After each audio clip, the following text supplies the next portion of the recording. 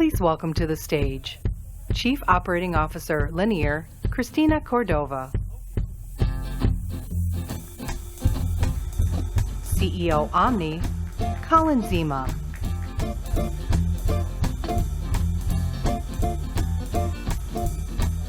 Founding Partner Vesey, Julia Huang. Good thought. Look how pillow works. Founder Theory Ventures, Tomasz Tungwiz.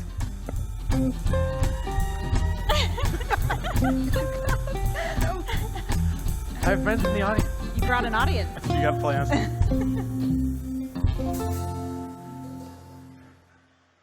Wonderful. Well, welcome everybody today to our session about Enterprise Partnerships Bootcamp, joined with this illustrious panel where we will be talking about go-to-market at the earliest stages of companies. So maybe to kick it off, let's switch questions. I think what we'll do to kick it off is, why don't we talk about enterprise partnerships versus sales? You both have, both Linear and Omni have really interesting go-to-markets in that there's a direct sales motion, but the partnerships motion is also incredibly important. And so maybe we can start just by talking about how you think about partnerships within your businesses. Mm-hmm.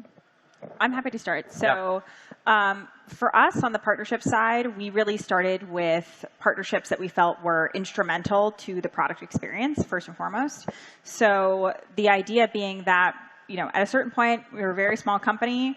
We viewed some integrations as like hypercritical to the core product, things like integrations with Slack and GitHub, for example.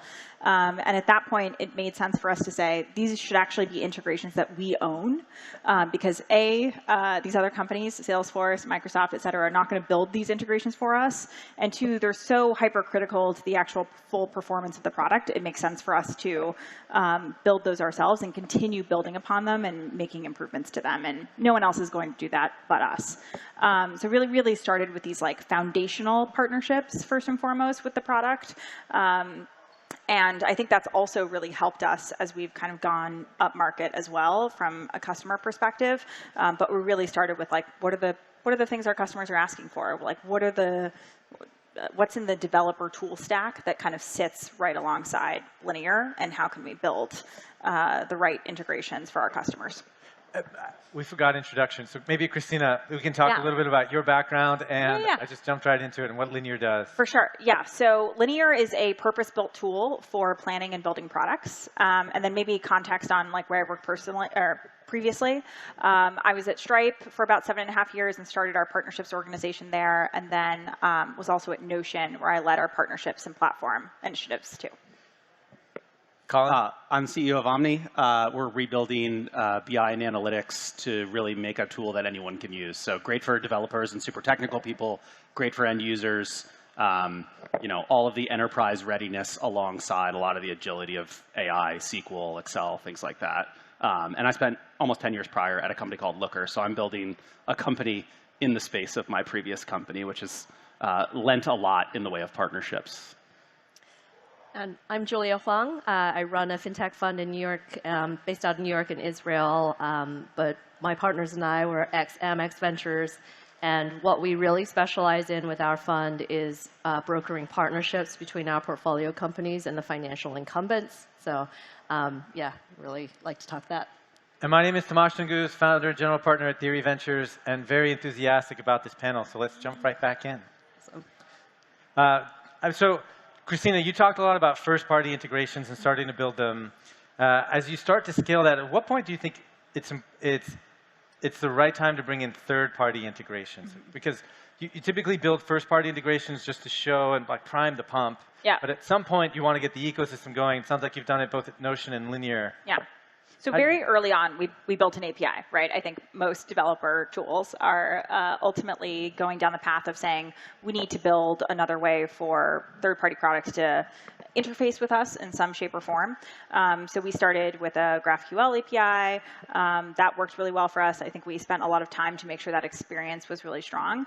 And then over time, we have, I think now, over 150 integrations that we surface through like an integrations directory, and we promote a lot of our partners as well.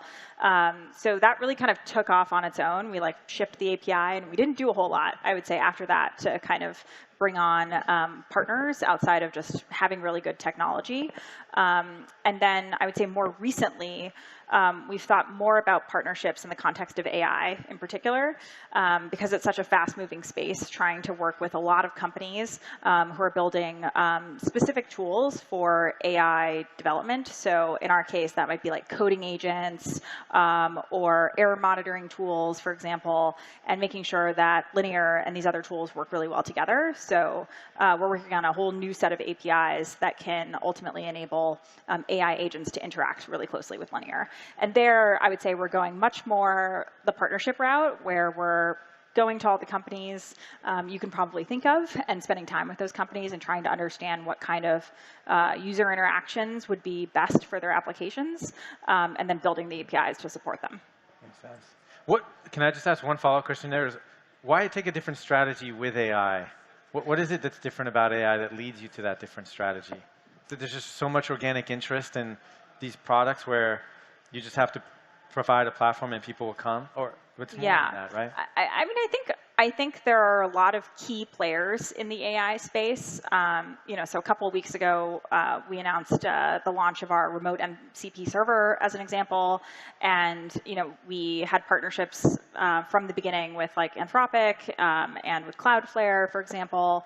And if you look at either of those announcements, like we were definitely the smallest company of any of the companies that were announced as partners for that. And I think for us, in the kind of business that we're in and with how fast we're growing, it's really important that we build trust with customers first and foremost. And I think a lot of what partnerships can do for companies is really to build trust with other companies. Like, oh, it looks like Linear is partnering with a lot of these companies that I look at as like on the forefront of this new technology. So maybe Linear is too. By consequence. And so I think that lends a lot of like brand value to what we do. And then of course, like we want to be integrated with all the most frequently used tools, not just a bunch of tools.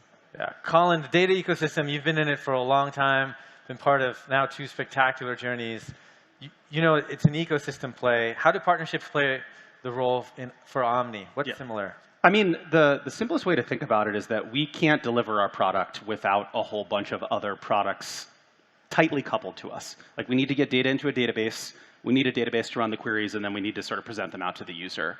And so at every level to be successful, we have these contingencies on these other tools, and they need to want to work with us also. So like on the one hand, we can go build out an integration for Snowflake and Databricks and BigQuery, and we need those to exist to be successful. But at the same time, a lot of the version of partnerships for us that's really important is actually on the go-to-market side, in that I can go call all of you in the audience and ask you to come try my tool. It's a lot more successful if Snowflake is doing that alongside us and if Databricks is doing that alongside us.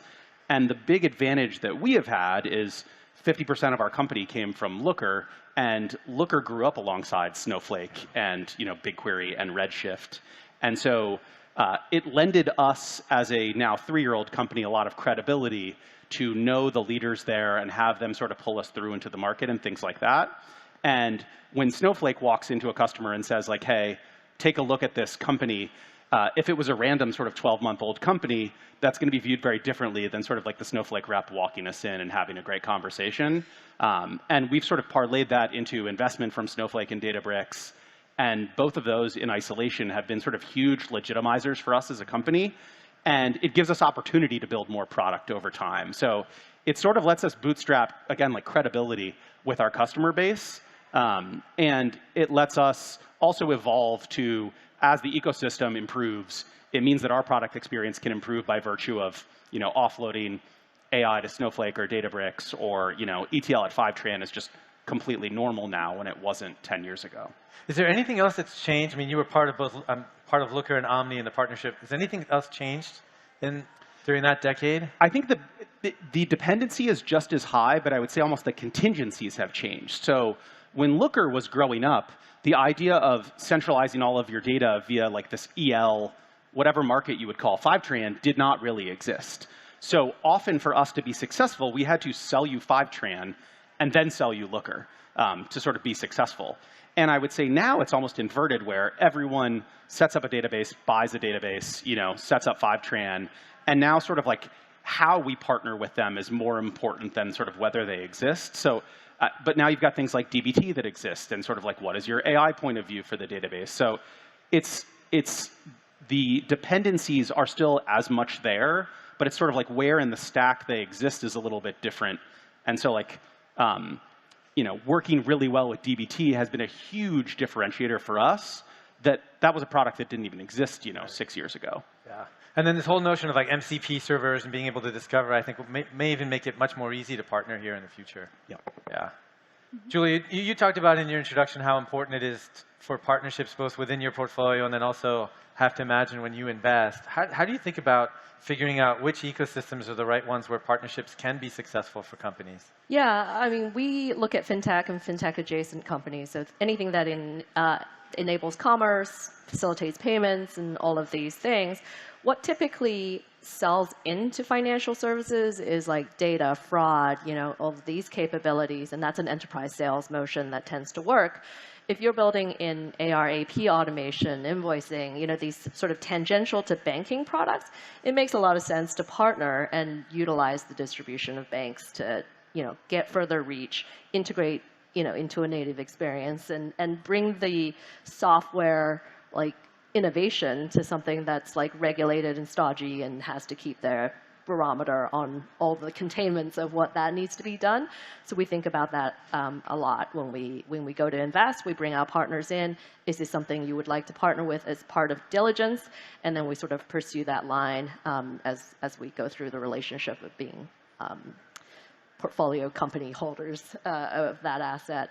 But I turn this to you, Tomas, too, from an investor perspective. When you're sitting on the boards of companies, when you see the go-to-market question of like whether it's sales or partnerships or another channel, how do you advise your companies what makes a good path to partnership versus? Yeah, I mean, historically, thanks for the question. Historically, we've typically advised companies to wait till 5 million, 10 million in ARR until they engage a channel or a partnership.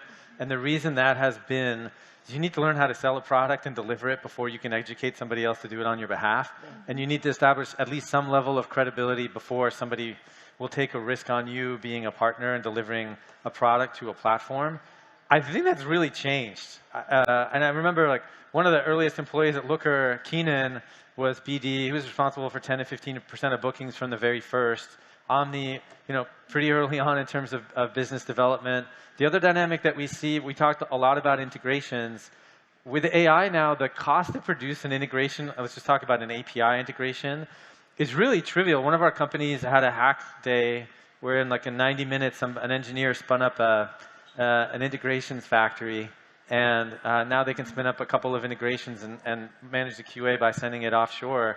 And I mean, this is sort of an extreme statement, but you kind of expect as a Series A investor, a company to having 25, 50, maybe even 100 integrations by the time of the Series A, because it's so simple. Whereas like 10 years ago, that would be almost unimaginable because of the engineering work required to do that would have taken years or hundreds of thousands of man hours. Yeah. Person hours, I should say. That's true. Yeah. But how do you guys think about it? I mean, when did you hire your first BD person? We actually moved a sales rep into leading BD for us. And she actually came from Snowflake. And so it was just this very natural, like, our most important partner is Snowflake. You know Snowflake better than everyone else. Can you get them to like us more? Yeah. So I don't know whether I would recommend that or not. It's been pretty effective for us just because that created a lot of alignment there. But I don't know. I think the way that we thought about it was sort of like, when can a full-time job be actually going out in the ecosystem and supporting other people? Because the other side of partnerships for us is we work with a ton of really small consultancies. So there's a lot of people that their data team, instead of being 2 internal employees, is a quarter of an external consultancy. And these sort of shops actually do a lot of advising on what the data stack looks like. And we found so much volume actually starting in Europe from these 1- and 3-person consultancies that we were actually just having trouble managing, like training them up, getting them to understand the product. And so it was pretty much, there was enough ecosystem demand that a person needed to sort of care for the group. And that was when we moved someone in. Yeah. Christina, how did it catalyze for you? I think for me, like having been the first like BD person, I think I'm always like very hesitant to like make that hire because I've just seen it so many times, like how it so easily can go wrong. And I think often where it goes wrong is you're like, hey, like we have an ecosystem, we should hire someone to like go hang out and like work with the ecosystem, but you don't have like a really clear idea of like what are these actual partnerships? Are they product partnerships? Are they really deep? Do you need someone who really understands how to work with like product management and engineers in your organization to get those partnerships done? Do you actually have the support to facilitate that? Or are you trying to get someone to do like reseller or channel, you know, which are very like sales oriented? When I joined Stripe, it was right before we were 30 people, and we had done like 3 or 4 partnerships on like the revenue partnership side, which involved like a technical integration with all of our partners. And it was like, oh, this looks like it could be a really big channel of growth for us. And that was when it was like, we should go hire someone to go really blow this out, and that was what I was hired to do. So I think when you've like tested it with your current team, like what are the kinds of partnerships, what do they look like, and you can have kind of like any leader. It could be a product leader, it could be you know, business leader within your company, like test some of those partnerships out. And then once you know you want to do more of these and it's going to be like really a full-time job, then I think it makes sense to like go and hire someone to do these in like a dedicated fashion. Can I ask, Christina, you talked about building out partnerships and sort of ascertaining how deep those partnerships go, and there's a testing out period. How do you determine, you know, how much resources you're going to commit to a particular sort of partner when you don't have like the longitude of data to support in the first instance, right? Yeah, I think it depends on like what does the partnership look like. So in the early days for Stripe, for example, we were building all of these partnerships based off of like publicly available APIs, right? I was just out there trying to get people to use them, right? And that's what we needed a human being to go and do. At Linear, it's actually very similar. Like we have a set of APIs, people can go use them. We now have a set of APIs that are like in beta that we're testing out for some of this new AI stuff. And on the AI front, we're going out and we're having conversations with people. And you know, it's very, very similar. We need to kind of have conversations so people understand like what's the go-to-market opportunity between our two companies. Like I'm not just going to go out there and build an integration with you if I don't understand like how we're going to co-market it with each other. So that's what a lot of our partners now are like asking us to do.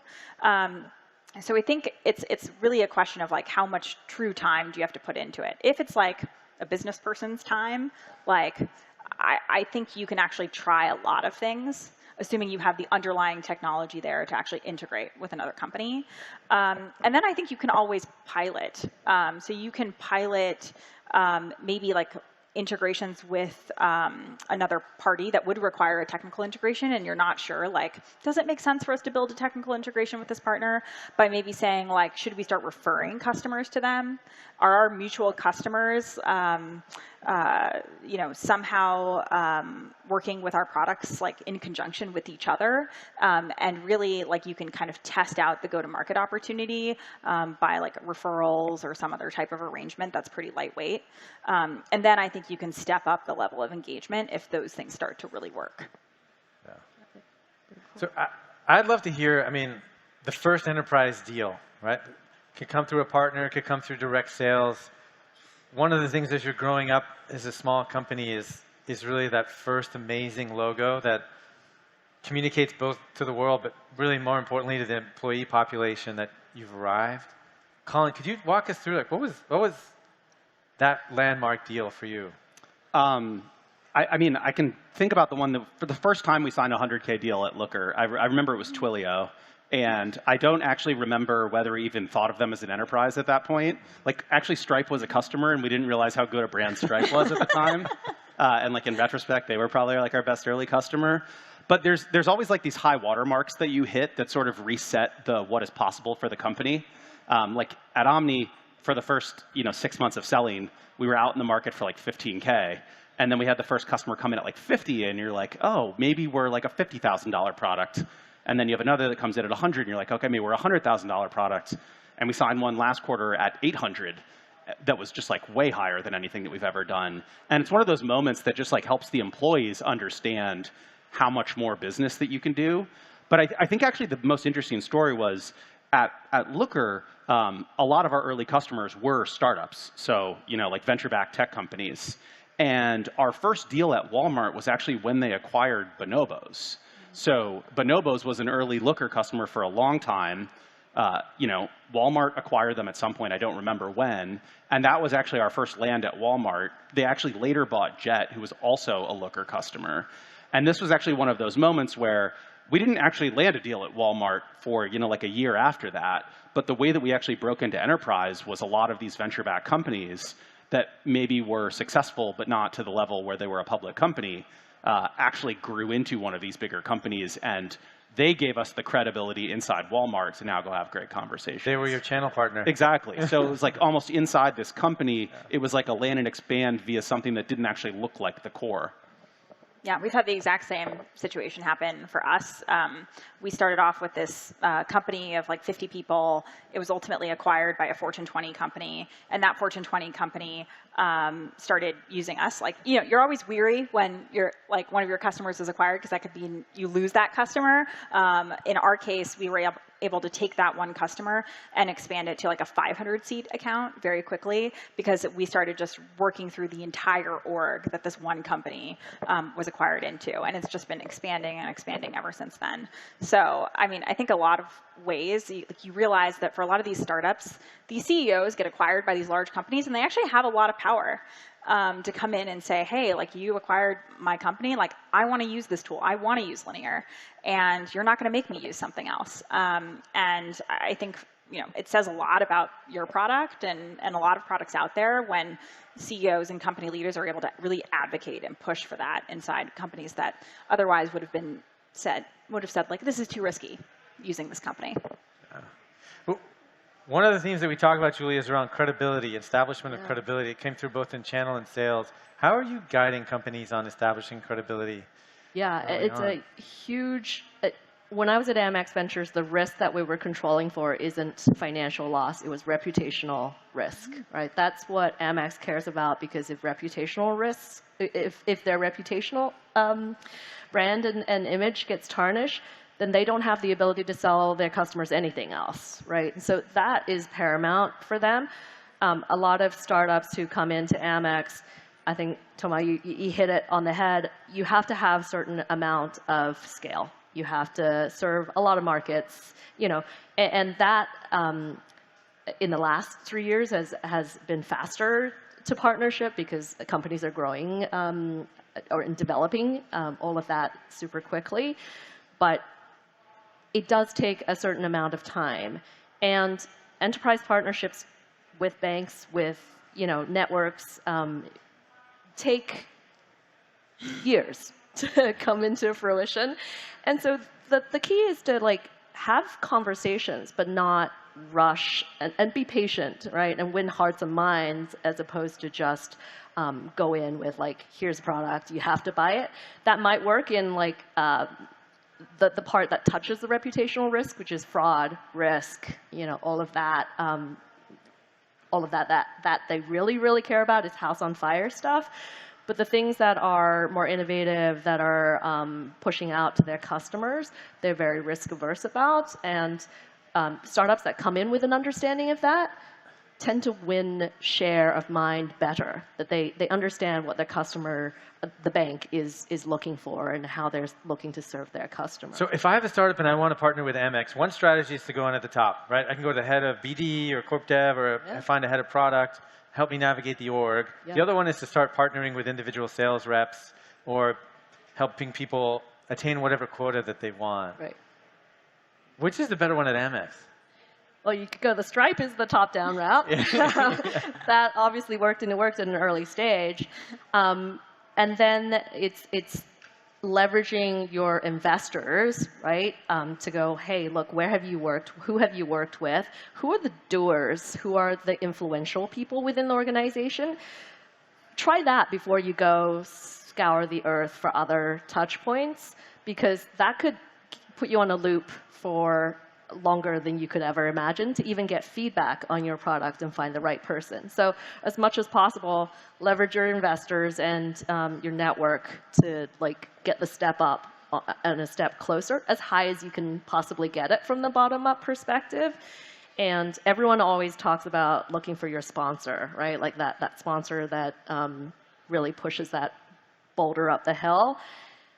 My practical advice on that and how to spot the sponsor is the person who can tell your story back to you in that meeting, right? Somebody who's like starting to like, the wheels are turning, it's clicking. That person will, at a minimum, give you feedback, the true feedback of where you sit within the product and how long it's going to take for their organization to move and how many people they have to convince to get there. So at least you have a plan and visibility versus like traversed all around the organization for a long time. But is that your experience too in advising? I've seen it both ways. I've seen some companies find individual AEs, help them satisfy quota, win a small sales team that then wins a region that then you can go kind of like a pincher movement, pop bottoms up and top down at the same time.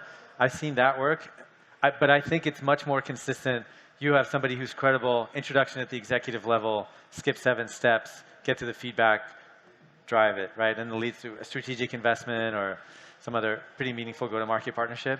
So I think you're right there. If you have that card to play, then you can skip all those steps. It's much more powerful. Yeah. The thing I would add to that, though, is I remember the first handful of meetings at Looker that we did with like Fortune 10 banks and things like that.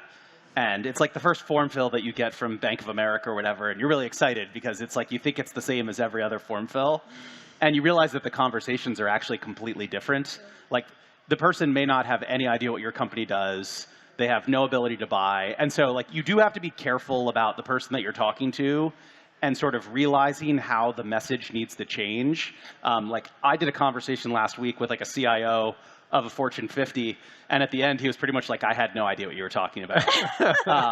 And it's like, it's really embarrassing because I'm used to demoing to data people that are sort of like in the weeds of what the product does. And what you realize, and what's really important, is that person could exist in an enterprise, like they certainly do. But if you're talking to an executive, they have a completely different set of problems that your product probably also solves that you need to explain in a very different way. Like it has nothing to do with how we generate SQL or how good our caching is. It's like it's saving money or it's making you more efficient or it's making you future-proofed. And at Looker, like we did a really good job of sort of learning how to change our messaging over time. Like it's something that we're working on now for Omni, but you really need to change your message depending on who you're talking to because the sales process completely differs. That makes sense. Do you also find that, Christina? Do you have to change your message, or do you do that naturally? Yes. Yes. Yeah, and I would say like I completely agree. Like sometimes like we sell to engineering, product, and design organizations very specifically, but I'll find that we get into a conversation with a CTO and they're like, yeah, like we're fine here. My team's fine, and I'm like, oh, but do you actually use the tool that your team uses right now? And they're like, not really. And so we found that our bottoms-up approach actually really helps with going top-down as well, because we're starting out with having some conversations with engineers, people who've just like naturally signed up for our product because they like it, they want to use it. But then when you get on the phone with them, they're like, yeah, I don't really have any power to make a change here, but like I love your product and would love to figure out how to help you succeed in my organization and like find your way. So we're able to have like 10 of those conversations for like a very large account. And then we go back to the CTO and we're able to say, actually, we've talked to 10 people on your team and here's what they say about the products that you're using today and like where they're not meeting the mark and how we can actually provide a lot of value. And then they're kind of like, oh, like you know more about my team and my org than I do. And then they go out and like have more conversations with their team, and it's like really able to kind of establish credibility and that like we did the work. Yeah. And I find that to be really helpful. But yeah, often the person who you're pitching to like has no idea like whether or not your product is going to be a good fit for the org. So I think often we start there and then we try to like push down. Like what's that next layer? Like director level, VP level maybe, that actually uses the tool and still has some decision-making authority. It's really interesting how the theme of credibility is woven throughout all of these conversations. Right? You're talking about establishing credibility within, say, the middle part of the org. And so that way when an executive asks them, there's somebody advocating on your behalf. And we can do that. I mean, a company can do that through channel. You can do that through direct sales. Or you can do it through your investor, right? Those are the kind of the 4 different paths that we've talked about so far. I've also seen like bridging the financial gap. Like, you know, people like here's the business case template. Just go fill that out and bring it up to because usually you have, you know, the people that use the product, then you got to ask for the pot of money from the CFO unit or wherever that lives. And so making the business case a little bit easier can help. Are there bad places or less effective places in the organization to start? I think it depends on the product that you have. Like I think some products sell really well from the top, and some products need like more of a groundswell.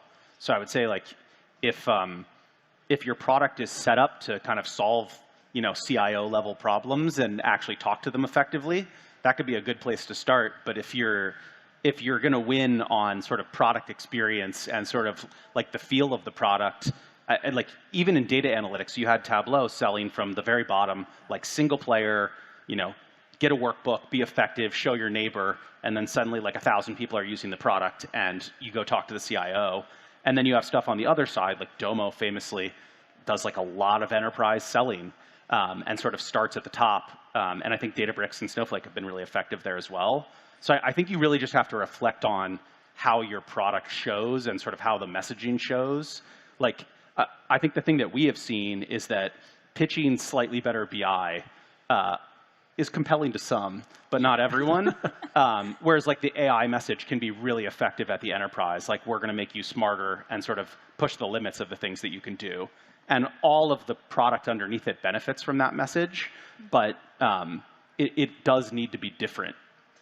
So, okay, what's wrong with this statement? If you're selling to an individual contributor or a manager, you're selling a value proposition for this quarter. If you're selling to a VP, you're selling a value proposition for this year. And if you're selling to a C-level, you're selling a value proposition for 3 years out. And your storytelling has to match. Agree, disagree? Look, I would say slightly agree. I do think with the more senior leaders, you are pitching a long-term vision for the company, especially if you're like a startup, an early-stage company, right?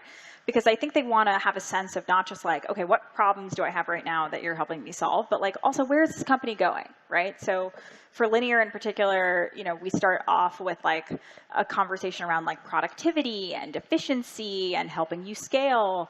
But also a lot of these senior leaders are saying, well, where are you going with AI, right? And so then like 50% of the conversation now is about AI.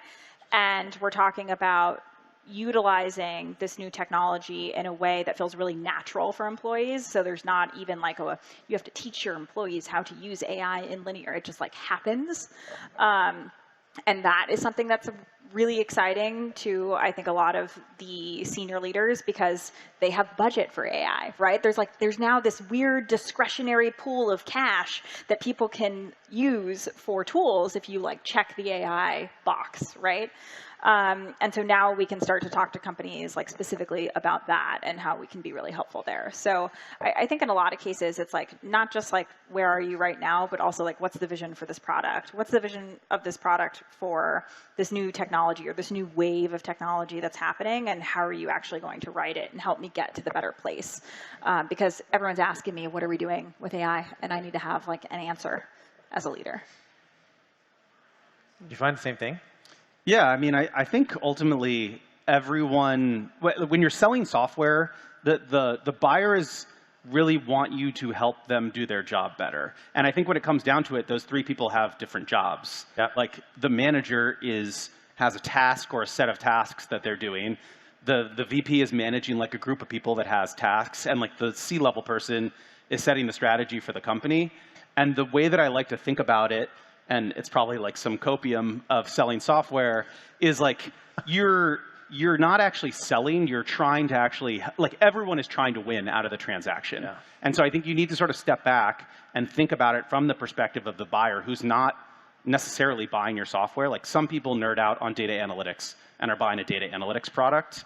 Like the CIO of, Aetna is not buying data analytics products. They're like trying to modernize the company and sort of future-proof it and make it smarter and lower costs. And so I think it's the same as sort of all selling, but the stratification of role is more significant in the bigger companies. Like the president is worried about the company forever, or the country forever, and like a local politician is worried about, like sewage runoff from like your power. I don't know. This is a bad analogy, but I mean the whole point is that just like it really needs to be tuned to the exact problem that the person has. And I think theoretically, like the higher up you go, the more zoomed out they are, and the more generalized the problem sets are. Yeah, that makes sense. In your portfolios, have you seen really transformational partnerships, like, and how have they achieved them, if so?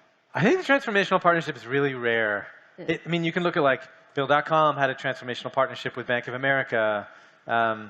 Took 7 years, but yeah. Yeah, so I think the hard part with the transformational partnership really early on is you have the tail wagging the dog, or really like the beluga whale dragging the dolphin around. And it's because the value proposition for the startup is so much more than it is for the big company. And if it really is sort of that mismatch, you typically see an acquisition. It's much better just to acquire the company. And so what we typically advise our companies is actually don't try to go after a big whale when it comes to BD, because you'll end up spending a lot of time. You'll end up navigating the org, trying to figure it out. We went through this, right? We went through this with one strategic partner where they reorged 3 times during a strategic partnership. And so we had to make the case 3 times or 4 times before we got anywhere. And so it's just the time scale of a very large company is so radically different than the time scale of a small company. And that's why I think one of the things that's really important in these partnerships, and we kind of see it, is maybe you have 2 companies that enter an ecosystem at roughly the same time. You have Snowflake and Omni, Snowflake and Looker that enter the ecosystem at the same time, and they kind of grow up together. And as a result of growing up together, they're each at roughly equivalent sizes all along the way. And so it really is a win-win in that partnership, because you're both solving a problem, you're both representing similar value proposition to each other, and your incentives are aligned in a way where partnering with a Fortune 50, you just don't have it. I think that I at least from externally saw really good examples of this. Like famously, Capital One and Snowflake partnered incredibly deeply. Like they made an investment in Snowflake and sort of pulled them through into maturing the product for the enterprise. So I think from like a customer perspective, you can find a sort of like perfect enterprise customer that just gets the product, gets the value prop, and can sort of pull you through.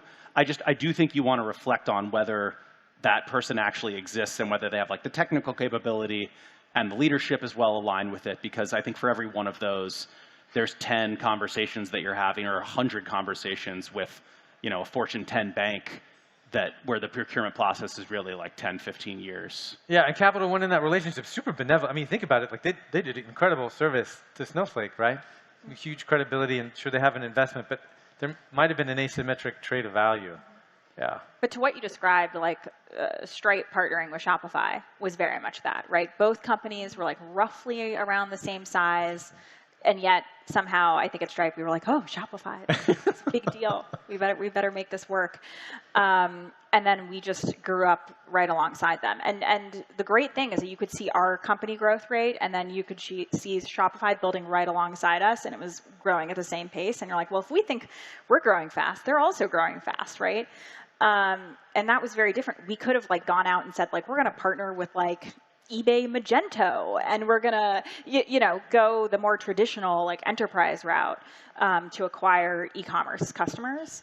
And, at the end of the day, it made more sense to go smaller and pick the fastest growing winner, eventual winner in the space. But at the time, that wasn't very clear. Kind of like a VC. Go ahead. Yeah. No, totally.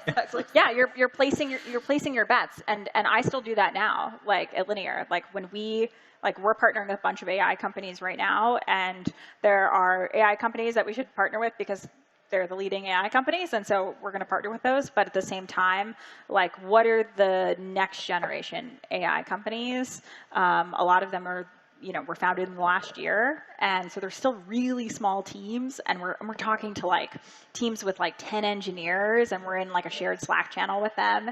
And like, I think it's worth it because I think this company could be huge, and we'll have an integration with that company from day one. But again, you're taking some bets, and some of those bets aren't going to work out. But I think as long as you place the right ones, it can be very fruitful. I was going to ask, like, what is, because what we noticed at Amex and all the established firms is they have their corporate VC unit, which is kind of, hey, what are the growth, things? Stripe has their own CVC now. Everyone's sort of, and I would imagine that's part of the strategy is to identify potential things that are going to lift the ecosystem. We're going to grow alongside it. How do you all think about taking strategic capital in that sense? Does it expedite your partnerships? Does it,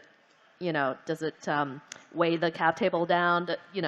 What's the consideration? Yeah, we've definitely thought about it, but I think it's hard because sometimes the timing of a funding round and the timing of like working with a partner or a very large potential customer doesn't always work out. You can always just be like, let's put a safe together and we'll make this work. So I think if it's an important enough partner, you'll just do that. And then I think for others, it's more about the timing working out and like you're investing deeply and it's time to like bring that company into the fold. And so I've definitely worked at other companies where that's the case. And you really just look at it as like it's a matter of time. But sometimes these can get really complex where you're working with companies and they're like, well, let's talk about warrants. Let's talk about other things. And I was just like, those things I think get really tricky. And like, of course, with your top partners and your top customers, like you want your success to be their success. But I don't think everyone should be getting a deal necessarily. We're way more concentrated in terms of our partnership. Like the databases are the most important to us. So it's Snowflake, BigQuery, Redshift, Databricks. I left out one of them. So it was pretty important that we actually got really close with all of those groups. And obviously, like GV is an investor in us, but they just bought Looker, so that's going to be a little tricky. Like Amazon doesn't really do this. And so Snowflake and Databricks were like the two that we had targeted, where we actually wanted investment from them because we wanted them focused on us. Like, it's a chance for us to show them a growth curve and, like extrapolate forward and be like, okay, maybe they're not a big partner for us now. Like, we can't move the needle for Snowflake's earnings. But like Looker did. And so like, I want them to trace that curve out and sort of see that forward so that they're investing in us for later because, like to your point, like we can't move the needle for Bank of America or Snowflake yet. But if you're playing the venture game, you're trying to get gigantic. Like, I think that's probably what most of the people here are trying to do. And so we want people to be able to follow us and sort of have skin in the game. But like, yeah, you can't do 100 of them either. Mm-hmm. Yeah. Wonderful. Well, I think we can wrap things up. I think the overall theme here was really about establishing credibility, right? You can establish credibility through your investors, through partnerships, corporate venture capital, channel partners, co-selling opportunities. And at every step, if you can up-level that trust and confidence and credibility, you can start to really have pretty significant success, both in partnerships and in direct sales. So big round of applause for our wonderful guest today. Thank you very much.